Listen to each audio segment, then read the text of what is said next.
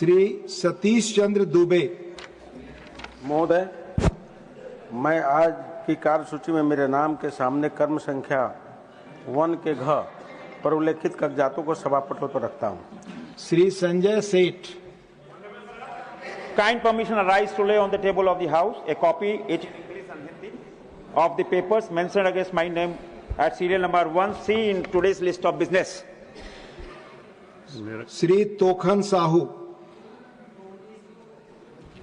महोदय, आपकी अनुमति से मैं आज की कार्यसूची में क्रम संख्या 1 घ पर मेरे नाम के समक्ष सूचीबद्ध कागजातों की एक एक प्रति हिंदी व अंग्रेजी सभा पटल पर रखता हूँ। धन्यवाद। श्री राजभूषण चौधरी। महोदय, मैं आज की कार्य व्यवहार की सूची में क्रम संख्या 1 के ड में अपने नाम के सामने उल्लिखित कागजात सभा पटल पर रखता हूँ। श्री मुरलीधर मोहोल। Honorable Chairman, sir, with your kind permission, I rise to lay the papers on the table of the House as mentioned against my name at serial number 1F in the list of business for today. Shri George Kurian. Chairman, sir, with your permission, I rise to lay the papers on the table of the House as mentioned against my name at serial number 1G in the list of business for today. Report of the Committee on Ethics.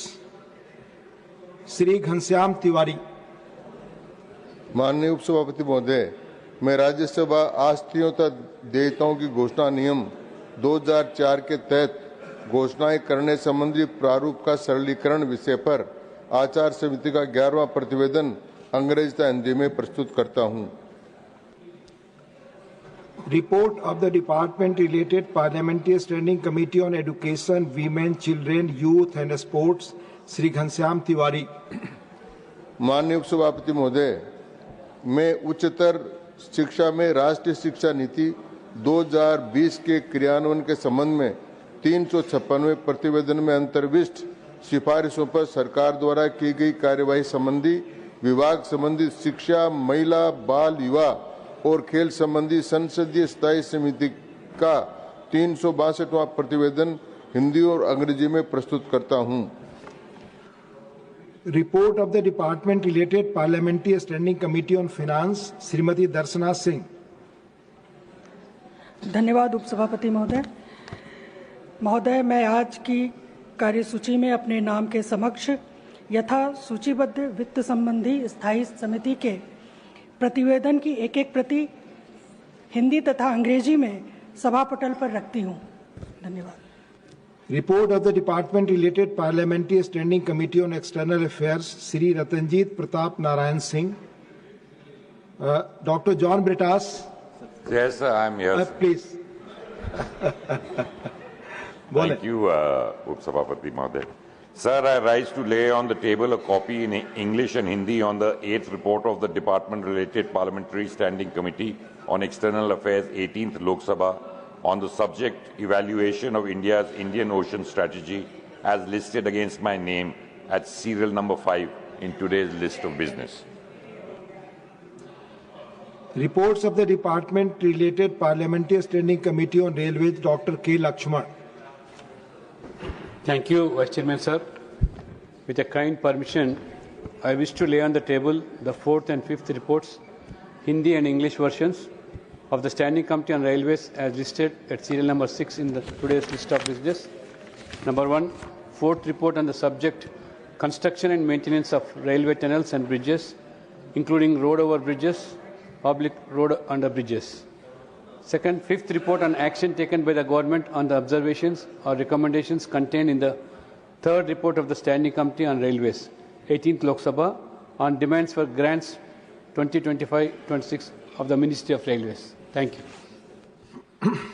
Reports of the Department related Parliamentary Standing Committee on Rural Development and Panchayat Raj, Shrimati Geeta उर्फ चंद्र प्रभा। आदरणीय सभापति महोदय, आपकी अनुमति से मैं आज की कार्यसूची में मेरे नाम के सामने यथा सूचीबद्ध ग्रामीण विकास एवं पंचायती राज संबंधी स्थायी समिति का 18वां और 19वां प्रतिवेदन हिंदी व अंग्रेजी संस्करण सभा पटल पर रखती हूँ। Reports of the Department related Parliamentary Standing Committee on Social Justice and Empowerment, Shrimati Geeta उर्फ चंद्र प्रभा। धन्यवाद महोदय। मैं आज की कार्यसूची में मेरे नाम के सामने क्रम संख्या 8 पर यथा सूचीबद्ध सामाजिक न्याय और अधिकारिता संबंधी स्थायी समिति का 9वां, 10वां एवं 11वां प्रतिवेदन हिंदी और अंग्रेजी संस्करण सभा पटल पर रखती हूँ। Reports of the department related Parliamentary Standing Committee on Water Resources, Shrimati सीमा द्विवेदी। धन्यवाद महोदय। आज की कार्यसूची में मेरे नाम के सम्मुख जल संसाधन समिति अस्थायी समिति का 6वां, 7वां, 8वां और 9वां प्रतिवेदन प्रस्तुत करती हूँ। Statements by Ministers, Dr. L. Murugan. Respected Deputy Chairman, sir, with your kind permission, on behalf of my colleague Sri Sripat Yasod Nayak, I rise to lay on the table of the House the statement regarding status of implementation of recommendations, observations contained in the first report 18 Lok Sabha of the department related to the Parliament Standing Committee on Energy on demands for grants 2024-25 pertaining to the Ministry of Power. Sri V. Sumanna.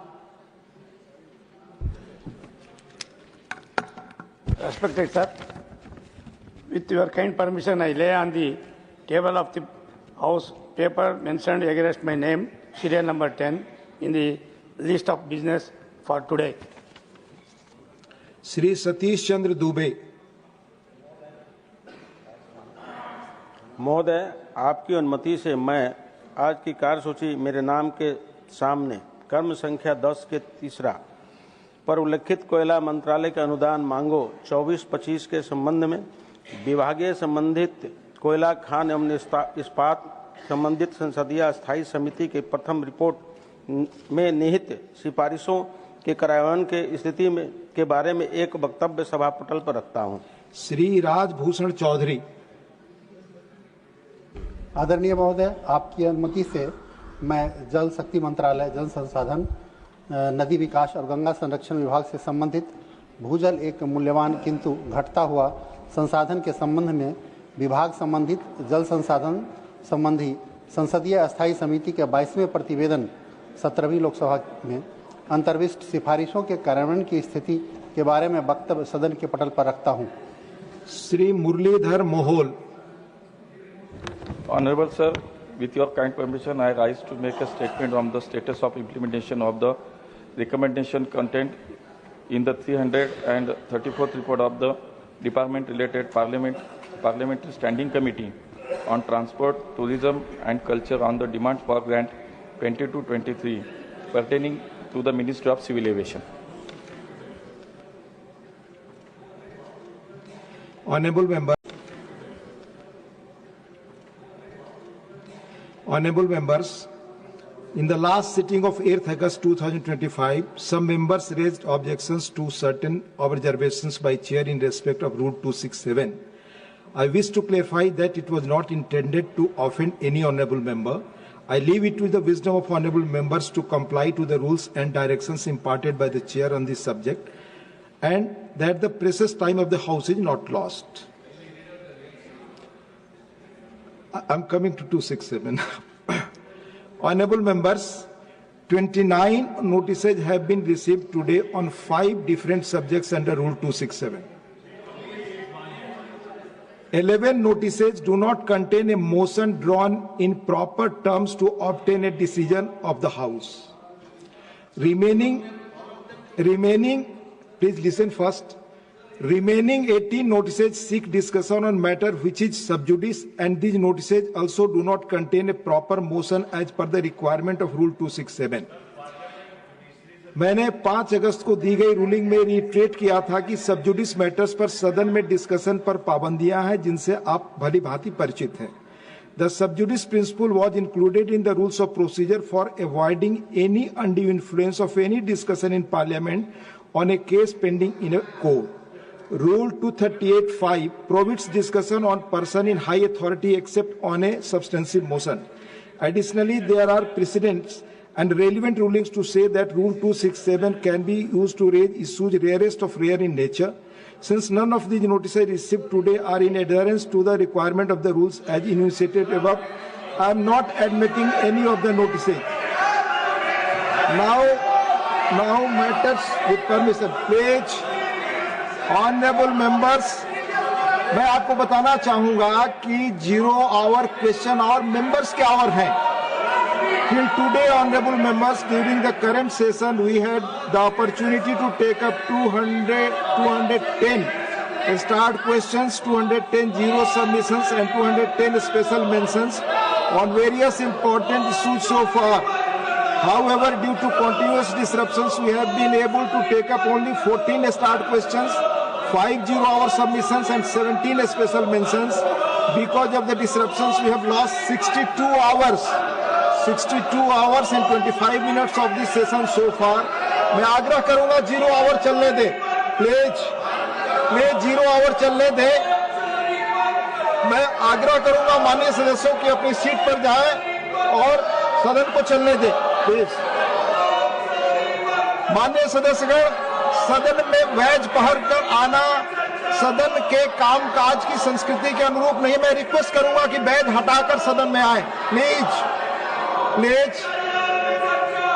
आप सदन चलने दें. माननीय members को 0 our और question our avail करने दें.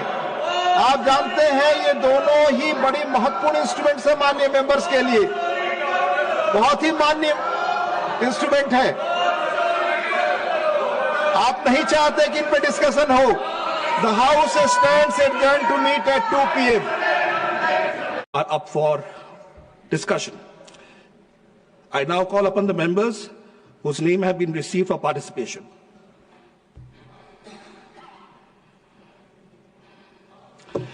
Shri Maharaja Sanojoba Leshimba.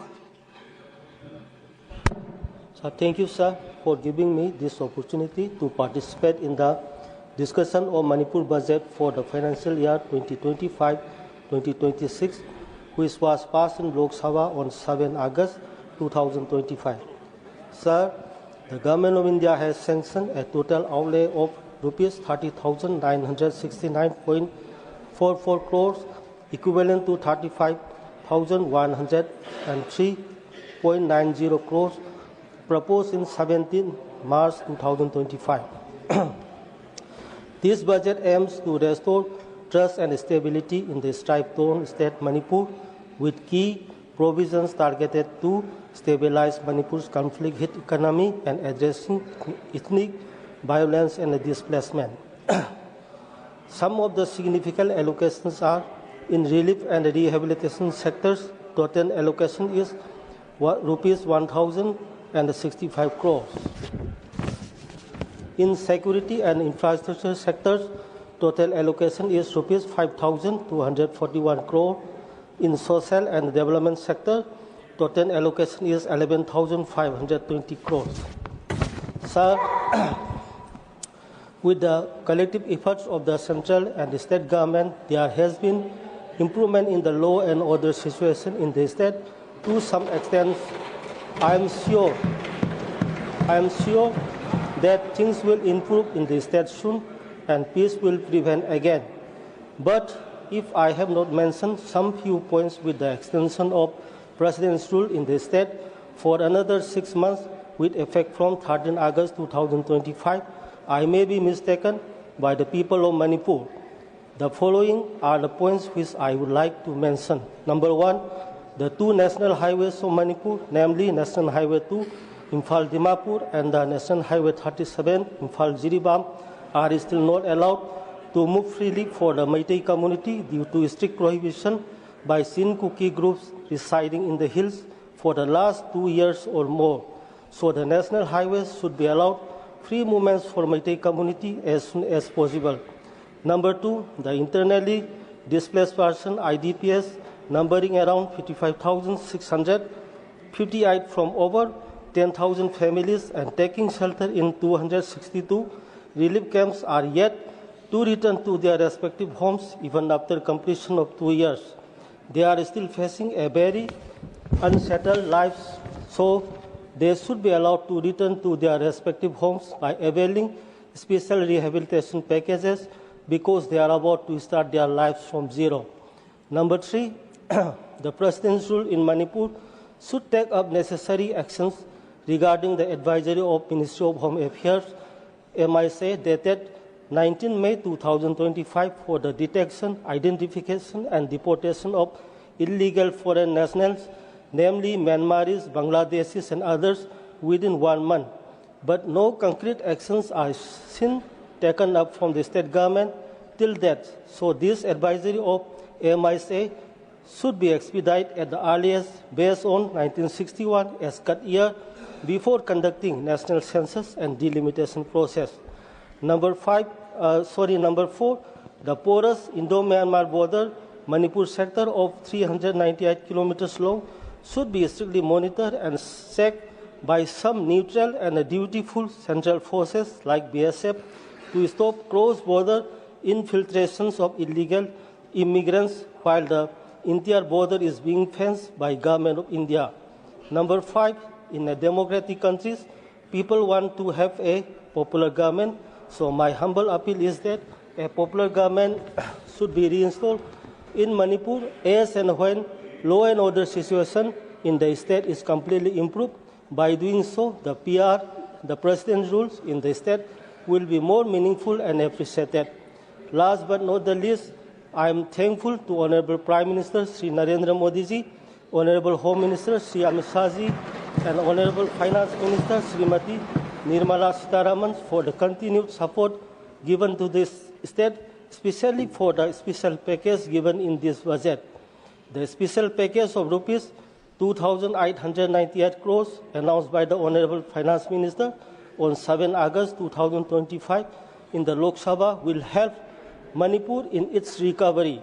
This support for the internally displaced, asset crisis for rehabilitation efforts, security expenses, and the prepayment of high-interest loan will help Manipur in supporting those displaced and also in its economic recovery.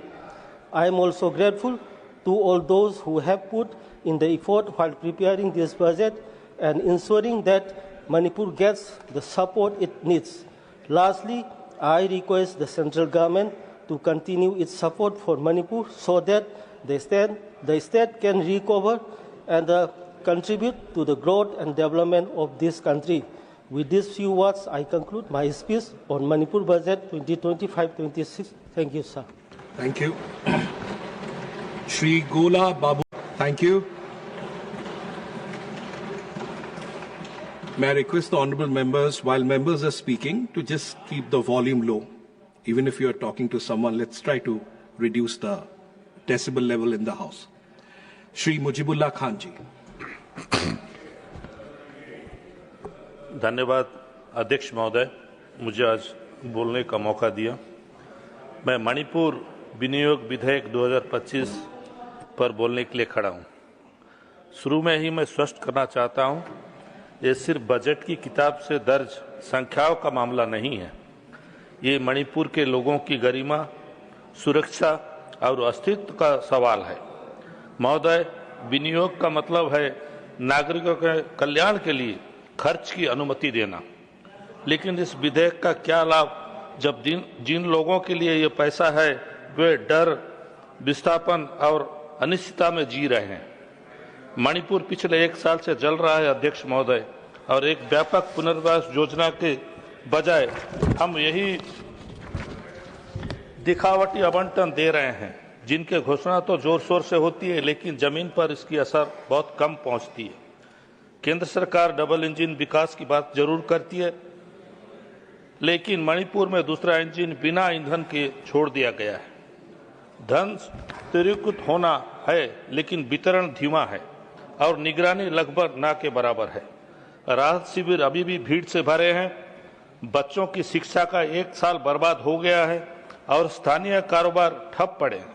फिर भी महोदय, केंद्र चाहता है कि हम मान लें कि ये सब कुछ नियंत्रण में है। चलो ठीक है महोदय, हम दर्द के साथ कहना चाहते हैं, आज मणिपुर शासन की विफलता का ये उदाहरण है।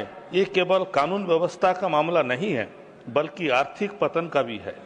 किसान अपनी जमीन तक नहीं पहुंच पा रहे हैं, व्यापारी बाजार से कट गए हैं और युवा सुरक्षा और रोजगार की तलाश में पलायन कर रहे हैं।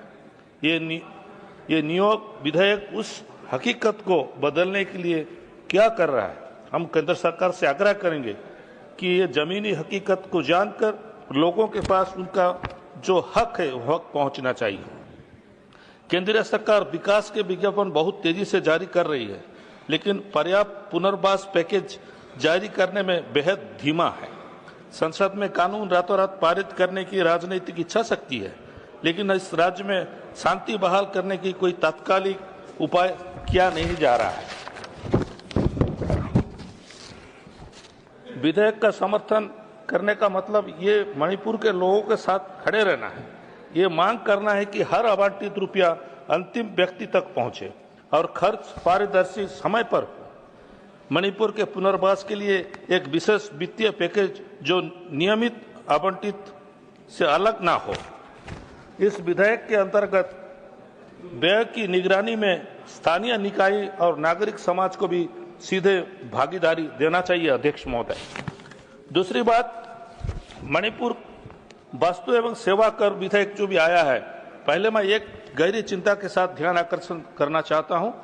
ये सरकार राज्यों के जीएसटी कानून में टुकड़े टुकड़े में संशोधन लाती है, ये भी पीछे के दरवाजे से, बिना इन बुनियादी समस्याओं के सुलझाए जो जीएसटी ने राज्यों के लिए पैदा किए हैं। एक देश एक कर के नाम पर केंद्र ने व्यापक तरीके से राज्यों की वित्तीय स्वायत्तता को कमजोर कर रही है। छोटे राज्य सबसे ज्यादा प्रभावित हो रहे हैं। ये विधेयक भले ही मणिपुर के लिए हो, लेकिन समस्या सभी राज्यों में है। अध्यक्ष महोदय, मैं एक छोटा सा उदाहरण देना चाहता हूं। मेरे राज्य उड़ीसा में उदाहरण देना चाहता हूं। हमारे पास साधारण के केंदू पत्ते तोड़ने वाले लाखों आदिवासी और वनवासी परिवार हैं।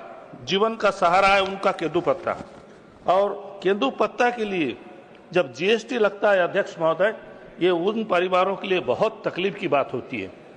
कई बार हमारे मुख्यमंत्री थे नवीन पटनायक जी, हमारे नेता कई बार केंद्र सरकार को चिट्ठी लिख चुके हैं कि केंदू पत्ता का जीएसटी कम से कम हटा दिया जाए। गरीब लोग जो पत्ता तोड़ते हैं उनके ऊपर जीएसटी ना लगे, ताकि उन गरीब लोग, उन वनवासियों लोग जो जंगल में रहते हैं, वो अपने परिवार को सुचारू रूप से अच्छे रूप से जिंदगी दे सके, अपने बच्चों का भविष्य कर सके।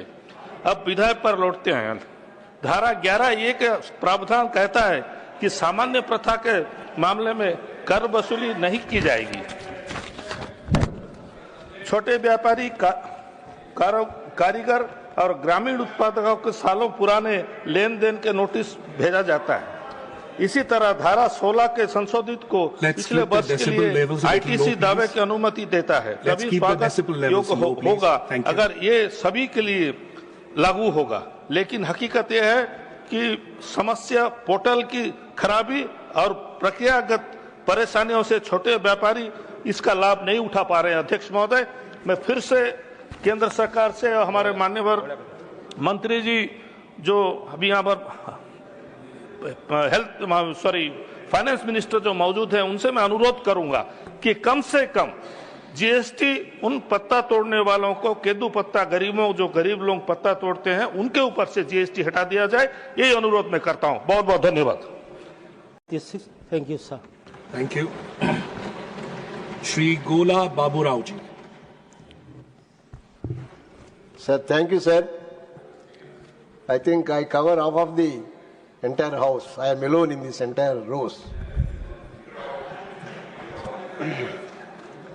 I thank the Honorable, the Associate Chairman, for giving me the opportunity to speak in this debate on the Manipur Goods and Services Tax and Manipur Appropriation Bill. Frequent burns and strikes, ethnic strife and blockades in Manipur have disrupted the administration, trade, education and health services, preventing the economic progress. I want to pinpoint 3-4 points. I wish to place on record my appreciation for the decisive steps taken by the government of India to restore peace and stability in Manipur. The provision of the additional 2,899 crores, especially stability and rebuilding package in a bold commitment to the reconstruction and healing after the recent unrest. The allocation of rupees 523 crore for rehabilitation internally displaced persons and ensure that our people in relief camps receive shelter, food, medical care and schooling for their children. I also welcome 35 crore for housing support to families who lost their homes and 100 crore for flexible relief fund for the urgent crisis and 7 crore for compensation fund for victims of violence. These measures, combining the humanitarian concerns with the security and rebuilding, send a strong message that government stands firmly with the people of Manipur and is committed to building future-lasting peace and stability. The importance of economic prosperity and peace in Manipur. The Manipur insurgency-related incidents fell nearly 50% from 2014 to 2017 and 2018 to 2021, where infrastructure investment and economic activities such as road building, connectivity projects and entrepreneurial growth increased. This shows high growth rates in years marked by relative peace and improved governance. The development projects like Impal Morch Highway and enhanced digital connectivity have facilitated trade, mobility and communications, fostering commercial activities including tourism and small-scale enterprises. Economic opportunities also divert youth from the violence, weakening ethnic divides. For example, growth in startups owned by young people have empirically reduced bundles and strikes in the region. Entrepreneurship, specifically traditional handicrafts, stimulates local pride while reducing out-migration and economic dependency on the government. For instance, Manipur famous textile industry saw an export increase in peaceful periods but suffered a steep fall up to 80% during the violence periods. The addressing disparities between hill and valley populations.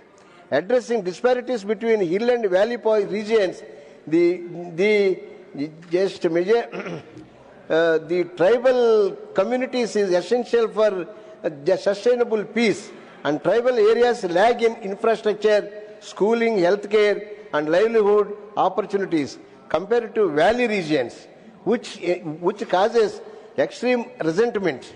To bring peace, both groups must be integrated through development agenda and governance models, respecting the cultural identities, avoiding the dominance of any majority communities. The opening up of land trade with Myanmar Morch border. Morch border is a principal land trading hub with Myanmar, which needs to be developed. Land border trade through Morch would enable the access to large Southeast Asian markets, cross-border movement of goods, facilitate employment, and bring stability by involving both valley and hill population in commerce. The agriculture projects, textiles, handicrafts, and essential imports can be extensively traded across the border. This would boost the employment through jobs for wage labor and transporters, traders, and support the rise of local markets in both the Morch and Tamu, Namlang, Myanmar. When border trade thrives, income opportunities draw youth away from the military and reduce grievances linked to poverty and unemployment. Conclusion, sir, the way forward for peace in Manipur lies in investing the shared prosperity, inclusive support for all communities, especially tribals, the harnessing the state's border location as a gateway for trade and cultural integration with Southeast Asia. The effective fund allocation and legal enablement through these funds serve as a foundation for rebuilding a resilient and harmonious Manipur. With this, I support this bill. Thank you very much. Thank you. Mary, thank you. Dr. M. Thambi Dureji. Not present. Shri P.P. Sunirji. not present. Shri Kannad Purkastaji, it's his maiden speech. Very best wishes. माननीय उपसभापति महोदय, मैं आज पहली बार इस प्रतिष्ठित सदन में एक महत्वपूर्ण विधेयक मणिपुर विनियोग विधेयक 2025 पर चर्चा में भाग लेने के मौका देने के लिए मैं आपका आभार व्यक्त करता हूं।